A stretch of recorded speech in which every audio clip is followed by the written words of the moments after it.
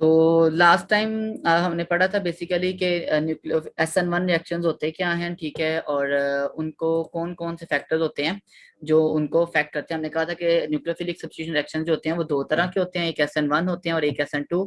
हम SN1 के बारे में पढ़ रहे हैं और उनमें हमने पहले देखा था कि वो कौन कौन से SN1 रिएक्शंस होते क्या हैं और उनका मैकेनिज्म क्या होता है और उस मैकेनिज्म के एविडेंस क्या होते हैं। बेसिकली वो उनको आप एविडेंस भी कह सकते हैं और उनको प्रॉपर्टीज भी कह सकते हैं कि ये SN1 की प्रॉपर्टीज हैं कि इसके अंदर रीअरेंजमेंट होती है, इसके अंदर जो ना वो रेसिमाइजेशन होती है और इसके अंदर जो ना वो मॉलिक्यूलरिटी 1 होती है, इसका ऑर्डर 1 होता है, वगैरह वगैरह। ये उसकी प्रॉपर्टीज भी हैं, ठीक है, चाहे उनको एज एविडेंस कर लें चाहे एज ए प्रॉपर्टीज पढ़ लें आप उसको। नेक्स्ट ये है कि वो कौन से फैक्टर्स हैं जो SN1 रिएक्शन को अफेक्ट करते हैं। उनमें सबसे पहला इफेक्ट ऑफ सबस्ट्रेट, कि सबस्ट्रेट चेंज करने से SN1 रिएक्शन पे क्या फर्क पड़ता है या कौन कौन से जो ना वो कंपाउंड्स ऐसे हैं जो SN1 रिएक्शन देते हैं। इफेक्ट ऑफ सबस्ट्रेट का बेसिकली ताल्लुक ये है कि आपको पता है कि जो SN1 रिएक्शन है वो सिर्फ डिपेंड ही सबस्ट्रेट की कंसंट्रेशन पे करता है, ठीक है, उसका सारे का सारा ताल्लुक जो होता है वो सबस्ट्रेट की कंसंट्रेशन के साथ है। तो इस वजह से सबस्ट्रेट चेंज करने से या सबस्ट्रेट को मॉडिफाई करने से SN1 रिएक्शन के रेट पे उसकी प्रॉपर्टीज पे असर पड़ेगा, ठीक है। अच्छा, अब उसमें सबसे पहला हमारे पास आ जाता है इफेक्ट ऑफ सबस्ट्रेट। तो इफेक्ट ऑफ सबस्ट्रेट में क्या देखते हैं हम जी कि इफेक्ट ऑफ सबस्ट्रेट सबस्ट्रेट से का जो ताल्लुक है बेसिकली वो ये है कि आपको पता है कि हमने पढ़ा था लास्ट टाइम कि सबस्ट्रेट का काम क्या होता है कि सबसे पहले स्टेप में सबस्ट्रेट जो है वो पार्टिसिपेट करता है और एक कार्बोकेटाइन बनता है, ठीक है। तो इफेक्ट ऑफ सबस्ट्रेट का जो ताल्लुक है वो कार्बोकेटाइन की फॉर्मेशन के साथ है और उसकी स्टेबिलिटी के साथ है कि कार्बोकेटाइन बनता है या नहीं बनता, और अगर बनता है तो वो कितनी जल्दी बनता है या लेट बनता है, और उसकी स्टेबिलिटी क्या है। इन सारी चीजों का जो है ना वो ताल्लुक होता है सबस्ट्रेट के साथ, ठीक है। तो अब इसमें यह है कि भाई हमें पता है, हमने लास्ट टाइम ये डिस्कस किया था बड़ी डिटेल में कि हमारे पास 3-4 तरह के सबस्ट्रेट हो सकते हैं। प्राइमरी कार्बोकेटाइन हो सकता है, मिथाइल, और जो है ना वो सेकेंडरी कार्बोकेटाइन होता है, टर्शरी होता है, और ये सारे हमारे पास कार्बोकेटाइन की टाइप्स हैं। और इसमें हमने कहा था कि जो हमारे पास होता है सबसे ज्यादा स्टेबल वो कौन सा कार्बोकेटाइन होगा, कौन बताएगा जी? कौन सा कार्बोकेटाइन सबसे ज्यादा स्टेबल होता है प्राइमरी सेकेंडरी और टर्शरी में? टर्शरी में। Tertiary carbocation. हाँ ठीक है, शाबाश, बंद कर लें सारे माइक। तो टर्शरी कार्बोकेटाइन सबसे ज्यादा स्टेबल होता है। अच्छा, एक बात याद रखेंगे, जो चीज स्टेबल होती है ना वो बनती भी जल्दी है, सॉरी, ठीक है, जल्दी बन जाती है, मतलब उसका रेट ऑफ फॉर्मेशन बड़ा तेज होता है, और ये है कि वो स्टेबल भी ज्यादा होती है, ठीक है। तो इट मींस जो चीज जल्दी बनेगी, जो ज्यादा स्टेबल होगी, ठीक है, तो वहां पे रिएक्शन ज्यादा होगा। जहां पे स्टेबिलिटी नहीं होगी और जो जल्दी नहीं बनेगी वहां पे रिएक्शन कम होगा। तो अगर इस रेफरेंस से अगर हम देखें तो जो सबसे ज्यादा रिएक्टिव होते हैं ना वो टर्शरी अल्काइल कार्बोकेटाइन वाले होते हैं, अल्काइल हैलाइड वाले। सेकेंडरी वाले उससे कम होते हैं और प्राइमरी की रिएक्टिविटी उससे भी कम होती है।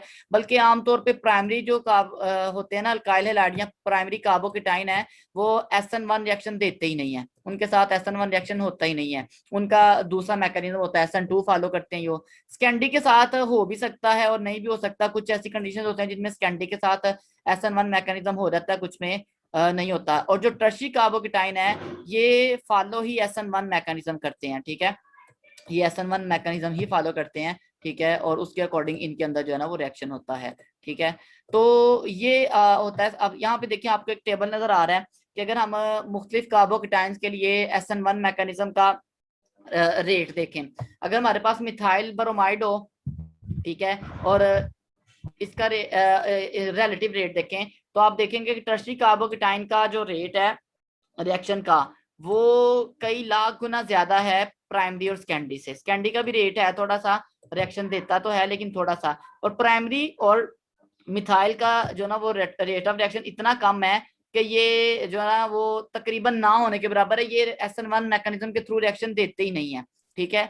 तो ये हमने हाइपोथेटिकली जो ना वो लिखा हुआ है। तो इन शॉर्ट अगर हम इसको समराइज करें तो सबस्ट्रेट चेंज करने से क्या होता है कि जो टर्शरी कार्बोकेटाइन वाले हैं वो SN1 मैकेनिज्म फॉलो करते हैं, ठीक है। जो सेकेंडरी वाले हैं वो कभी करते हैं और कभी नहीं करते, कर भी सकते हैं, ठीक है। लेकिन जो प्राइमरी वाले हैं तकरीबन वो कभी भी SN1 मैकेनिज्म को फॉलो नहीं करते। रीजन क्या है?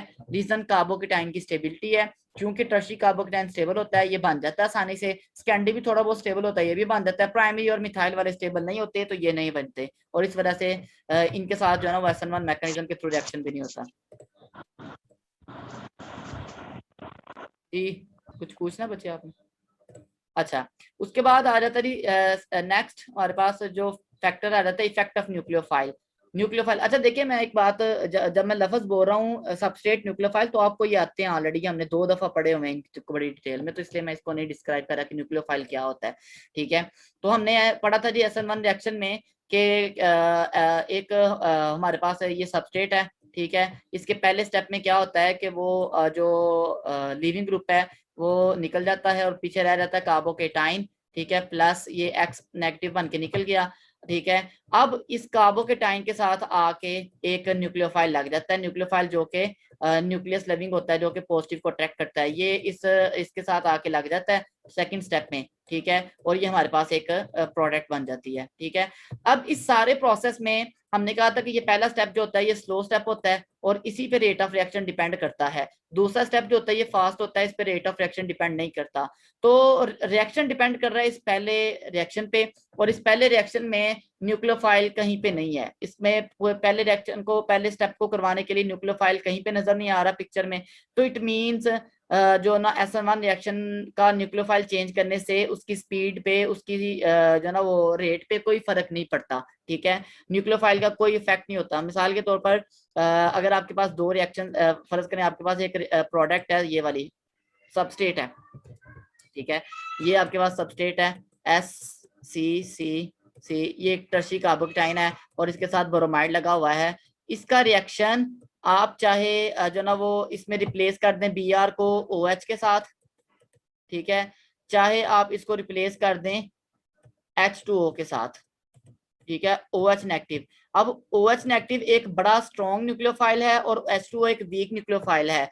दोनों के साथ इस रिएक्शन के रेट में कोई फर्क नहीं पड़ेगा, क्योंकि SN1 रिएक्शन का जो रेट है वो न्यूक्लियोफाइल के ऊपर डिपेंड ही नहीं करता। न्यूक्लियोफाइल चेंज करने से उसके रेट पे कोई असर नहीं पड़ता, क्योंकि उसके न्यूक्लियोफाइल के आने से पहले लिविंग ग्रुप जो होता है वो निकल चुका होता है, इसलिए न्यूक्लियोफाइल का कोई इसमें कोई किरदार नहीं है। हाँ, SN2 में आप देखेंगे कि न्यूक्लियोफाइल आके जो ना वो धक्के दे के इसको जो ना वो यहाँ से क्या करेगा, लिविंग ग्रुप को निकालेगा, तो वहां पे उसका किरदार होगा, यहाँ पे उसका कोई रोल नहीं है। ठीक है, तो ये इफेक्ट ऑफ न्यूक्लियोफाइल था। उसके बाद हमारे पास आ जाता है next effect of leaving group.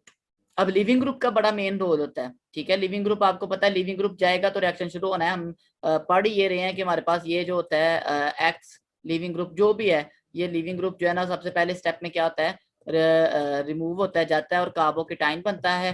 ठीक है, अगर लिविंग ग्रुप भी नहीं जाएगा तो रिएक्शन शुरू ही नहीं होता। ठीक है, अब इससे हमें ये, और दूसरी बात ये है कि हमने ये बार बार एक चीज डिस्कस कर रहे हैं कि ये पहला स्टेप जो है ना ये स्लो स्टेप है, इसी पे रिएक्शन डिपेंड करता है। लिविंग ग्रुप जाएगा तो रिएक्शन आगे जाएगा, अदरवाइज रिएक्शन जो है वो प्रोसीड ही नहीं होगा। ठीक है, अगर लिविंग ग्रुप नहीं निकलेगा यहाँ से तो फिर न्यूक्लियोफाइल को आके लगने का मौका ही नहीं मिलेगा। ठीक है, तो इसके लिए हमें ये समझ आ रही है बात कि भाई लिविंग ग्रुप जितना आसानी के साथ चला जाएगा उतना रिएक्शन आसानी से होगा, अगर लिविंग ग्रुप आसानी से नहीं जाएगा तो रिएक्शन आसानी से नहीं होगा। ठीक है, तो इस वजह से एक अच्छा लिविंग ग्रुप वो होता है जो आसानी से चला जाता है। ठीक है, तो अब ये लिविंग ग्रुप की लिविंग टेंडेंसी पे रेट ऑफ रिएक्शन डिपेंड करता है। जितना लिविंग ग्रुप जो ना वो उसके अंदर लीव करने की सलाहियत, जाने की, छोड़ के जाने की सलाहियत ज्यादा होती है, उतना ही वो अच्छा लिविंग ग्रुप होता है और उतना ही रिएक्शन का रेट भी क्या होता है, ज्यादा होता है।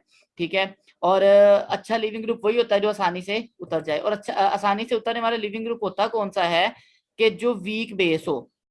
ठीक है, जितनी उसकी बेसिसिटी कम हो वो उतना अच्छा लिविंग ग्रुप होता है। बेसिसिटी वीकर होने से क्या होता है कि वो पुअरली बॉन्डेड होता है। अच्छा, बेस क्या होती है, बेस, बेसिसिटी की बात हम कर रहे हैं। एसर बेस का कॉन्सेप्ट आपने पढ़ा हुआ है, तो बच्चा बताइए जी बेस किसको कहते हैं हम।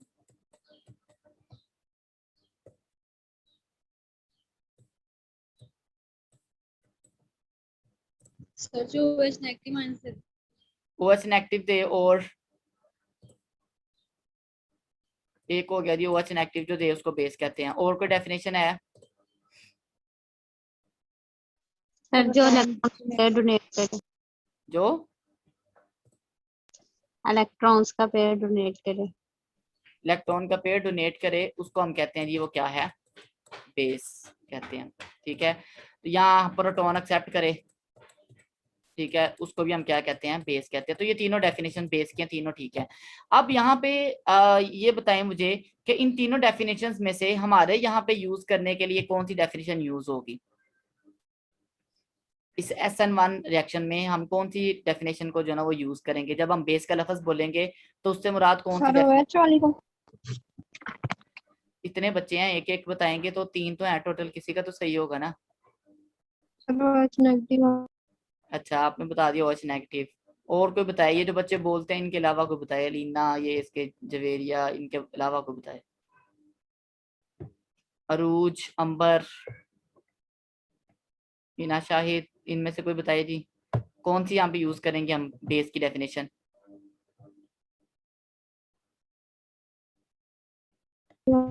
Sir as positive except. As positive except वाली जी।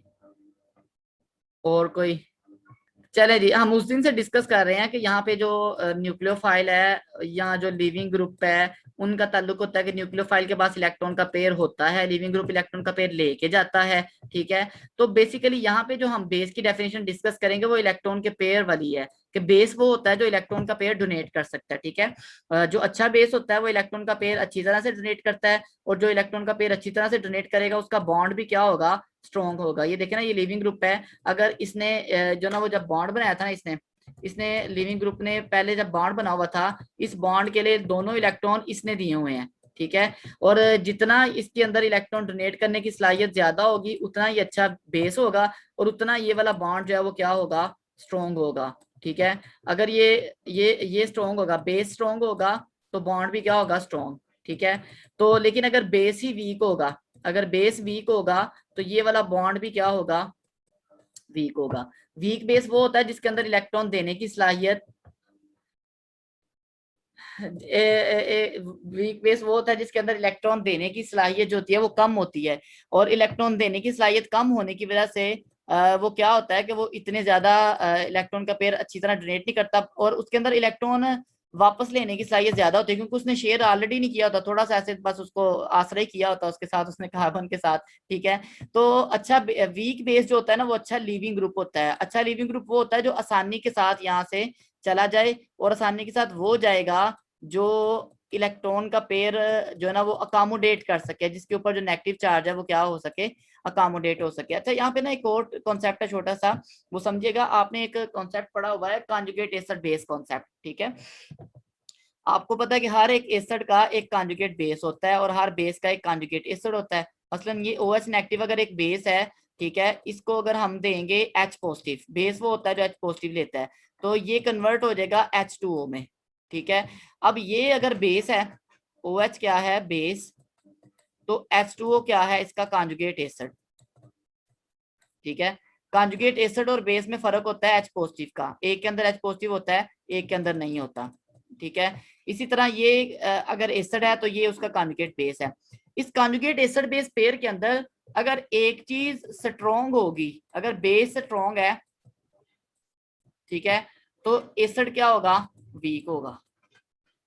ठीक है, लेकिन अगर एसिड स्ट्रॉन्ग है तो उसका कॉन्जुगेट बेस क्या होगा, वीक होगा। ये भी आपने ध्यान में रखना है कॉन्सेप्ट, इसको हम आगे यूज करेंगे। लेकिन बहरहाल यहाँ तक हमने बात की है कि अच्छा लिविंग ग्रुप वो होता है जिसकी बेसिसिटी कम होती है। ठीक है, और क्योंकि जो वीक बेस होता है वो ऑलरेडी बड़ा पुअरली बॉन्डेड होता है, उसकी पहले ही बॉन्डिंग बड़ी वीक हुई होती है। अच्छा, अब इसमें हमारे पास आ जाता है एक और बात जो मैंने अभी बात की है, कि जो स्ट्रॉन्ग एसिड के कॉन्जुगेट बेसिस होते हैं वो अच्छे लिविंग ग्रुप है। वजह, क्योंकि स्ट्रॉन्ग एसिड के जो बेसिस हैं, कॉन्जुगेट बेसिस हैं, वो क्या होते हैं, वीक होते हैं, और हमने कहा कि वीक बेस जो होती है वो अच्छा लिविंग ग्रुप होती है। इसकी मिसाल हमें यहाँ से मिलती है, ये आपके सामने कुछ एसिड लिखे होंगे, HF,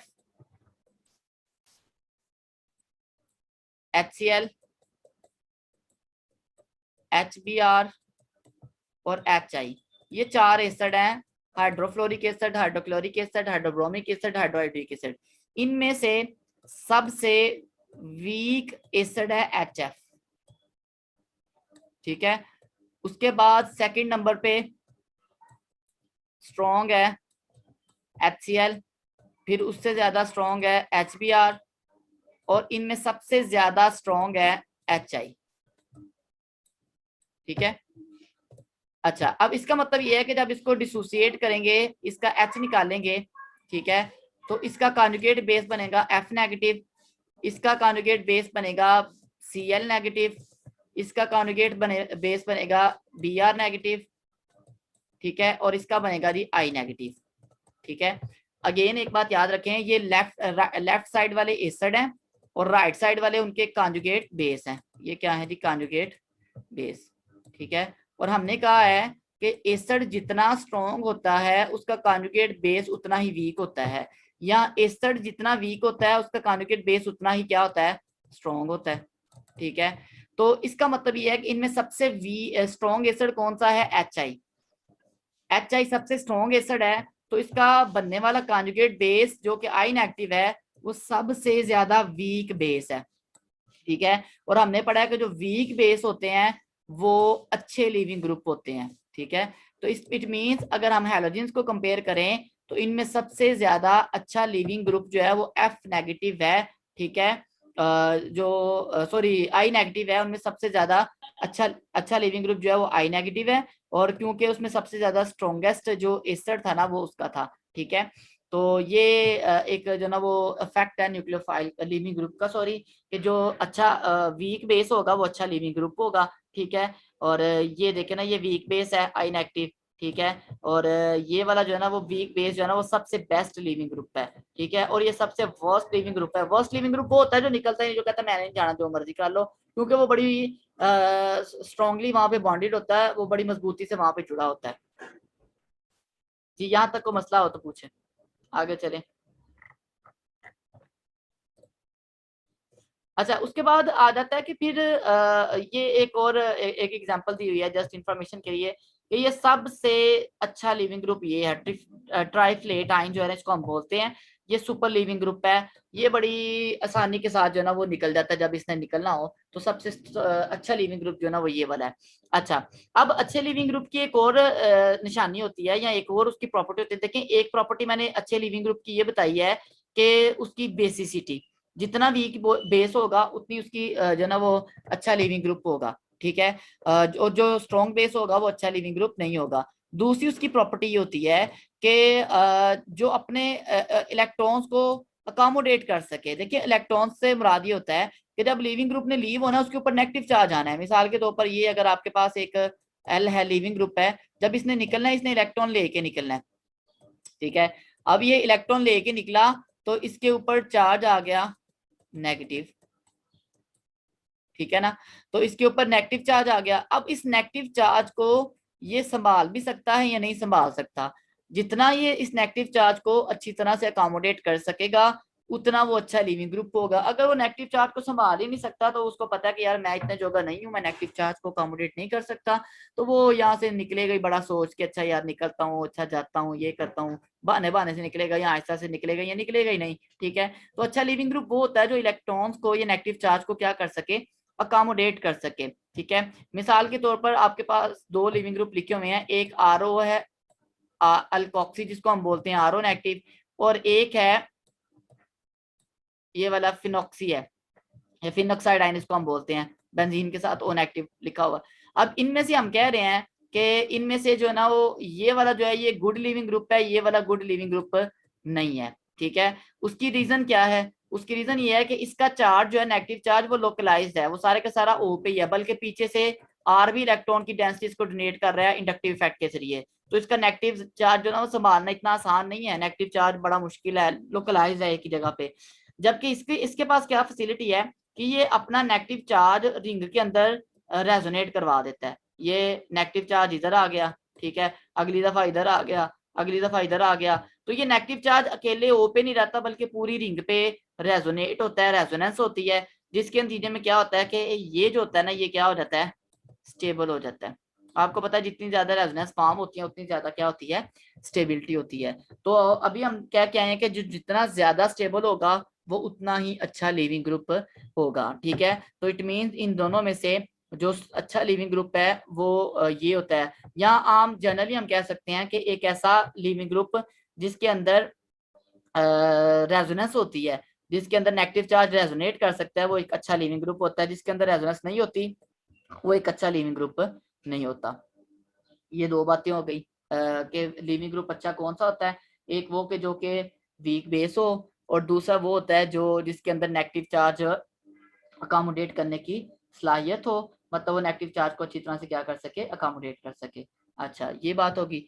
उसके बाद आ जाते हैं हम नेक्स्ट कि अगर हमारे पास एक लिविंग ग्रुप है, उसको हम एक पुअर लिविंग ग्रुप है, उसको अच्छा लिविंग ग्रुप कैसे बना सकते हैं।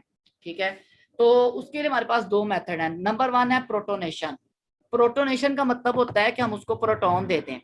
प्रोटॉन देने से एक बुरा लिविंग ग्रुप एक अच्छा लिविंग ग्रुप बन जाता है। देखें, फर्ज करें आपके पास है OH नेगेटिव, और हमें पता है OH नेगेटिव, अभी बार बार हमने बात की है, ये क्या है, ये एक स्ट्रॉन्ग बेस है, ये एक स्ट्रॉन्ग बेस है। ठीक है, और ये स्ट्रॉन्ग बेस होने की वजह से क्या होगा, पुअर लिविंग ग्रुप है, आसानी से नहीं निकलता। ठीक है, पुअर लिविंग ग्रुप है, सही है। अब हमने इसको अच्छा लिविंग ग्रुप बनाना है, तो हम क्या करते हैं, हम इसके अंदर एक प्रोटॉन ऐड कर देते हैं। प्रोटॉन का मतलब होता है H पॉजिटिव। जब H पॉजिटिव ऐड करेंगे तो ये बन जाएगा H2O, वाटर। ठीक है, तो अब ये है कि ये वाटर जो है, ये आपको पता है इसको प्रोटॉन देने से ये इसका बन गया कॉन्जुगेट एसिड। सॉरी, हाँ, ये अगर, ठीक है, अब उससे क्या होता है कि ये एक जो है ना वो पुअर बेस बन जाता है, जिसकी वजह से ये क्या होता है कि अच्छा लिविंग ग्रुप बन सकता है H2O। तो अब इसका इफेक्ट कहाँ पे है, यहाँ पे देखें, ये वाला अगर आप रिएक्शन करवाने की कोशिश करें कि एक जगह पे OH लगा हुआ है और आप उसको किसी न्यूक्लियोफाइल से रिप्लेस करना चाहें, तो OH कभी भी नहीं निकलता। ठीक है, उसको रिप्लेस नहीं किया जा सकता, क्योंकि वो एक पुअर लिविंग ग्रुप है और वो बड़ा स्ट्रांगली वहां पे जुड़ा होता है, वो वहां से निकलता नहीं है, उसको निकालना आसान नहीं है। जबकि वाटर को अगर निकालना हो तो वाटर आसानी से निकल जाता है, क्योंकि वाटर जो है वो एक गुड लिविंग ग्रुप है। ठीक है, तो इसका मतलब ये है कि अगर आपने किसी लिविंग ग्रुप को, पुअर लिविंग ग्रुप को अच्छा बनाना हो, तो आप उसको क्या कर देते हैं, प्रोटॉन दे देते हैं। लेकिन प्रोटॉन देते कैसे हैं, हम उसको एसिडिक मीडियम में रिएक्शन को करवाते हैं। और आपको पता है एसिड वो चीज होती है जो कि क्या देती है, प्रोटॉन देती है। हम उस रिएक्शन के अंदर थोड़ा सा एसिड ऐड कर देते हैं, जिसकी वजह से वहां पे एसिडिक मीडियम को जो है ना वो प्रोवाइड किया जाता है, और एसिडिक मीडियम की वजह से एक पुअर लिविंग ग्रुप एक अच्छे लिविंग ग्रुप में क्या हो जाता है, कन्वर्ट हो जाता है। नेक्स्ट जो फैक्टर उसको अफेक्ट करता है वो ये है कि जो है वो ROH is converted into sulphonic Easter group. ठीक है, एक ये भी एक कन्वर्जन है कि हम उसको केमिकली कन्वर्ट कर देते हैं एक जो है ना वो सल्फोनिक ईस्टर ग्रुप में। मिसाल के तौर पर ये ROH है, इसके साथ रिएक्शन नहीं था हो रहा, ये ऊपर अभी हमने देखा ये वाला, इसके साथ रिएक्शन नहीं हो रहा, OH नहीं उतरता, तो हम क्या करते हैं, इसको एक ईस्टर में कन्वर्ट कर देते हैं। ईस्टर क्या होता है कि हम कार्बोक्सिलिक एसिड के साथ रिएक्शन करवाते हैं। ठीक है, अच्छा जी, वो कार्बोक्सिलिक एसिड किस तरह का होगा, वो ये वाला होगा H3C। ठीक है, साथ में बेंजीन रिंग लगी हुई है, ये वाला जो स्ट्रक्चर आपको राइट पे नजर आ रहा है इसी की। ठीक है, साथ में S है, डबल बॉन्ड O है, डबल बॉन्ड O है। ठीक है, और यहाँ पे लगा होगा H। ठीक है, अब हम इसको क्या करते हैं, इसका रिएक्शन करवाते हैं ROH के साथ, ROH के साथ। ठीक है, अब यहां से क्या होता है, ठीक है, अब यहाँ पे ये वाला रिएक्शन होता है। ठीक है, यहाँ से H निकलता है और यहाँ से OH निकलता है, और ये वाटर बन के निकल जाता है। ठीक है, बाकी उसके नतीजे में क्या होता है, R डायरेक्ट S के साथ लग जाता है यहाँ पे।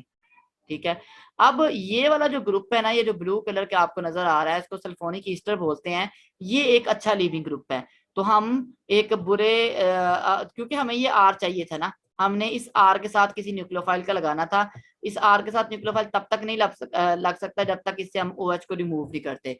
अगर OH वहां पे लगा रहेगा तो न्यूक्लियोफाइल कभी भी रिमूव नहीं होगा। न्यूक्लियोफाइल को रिमूव करना है तो वहां से OH को क्या करना होगा, निकालना होगा। OH को हम निकाल तो नहीं सकते, तो हमने उसका एक केमिकल रिएक्शन करवाया ईस्टर के साथ, और उसको जो ना वो एक सल्फोनिक ईस्टर में कन्वर्ट किया, जो कि एक अच्छा लिविंग ग्रुप है। जी, यहाँ तक को मसला मसाइल हो तो पूछ लें।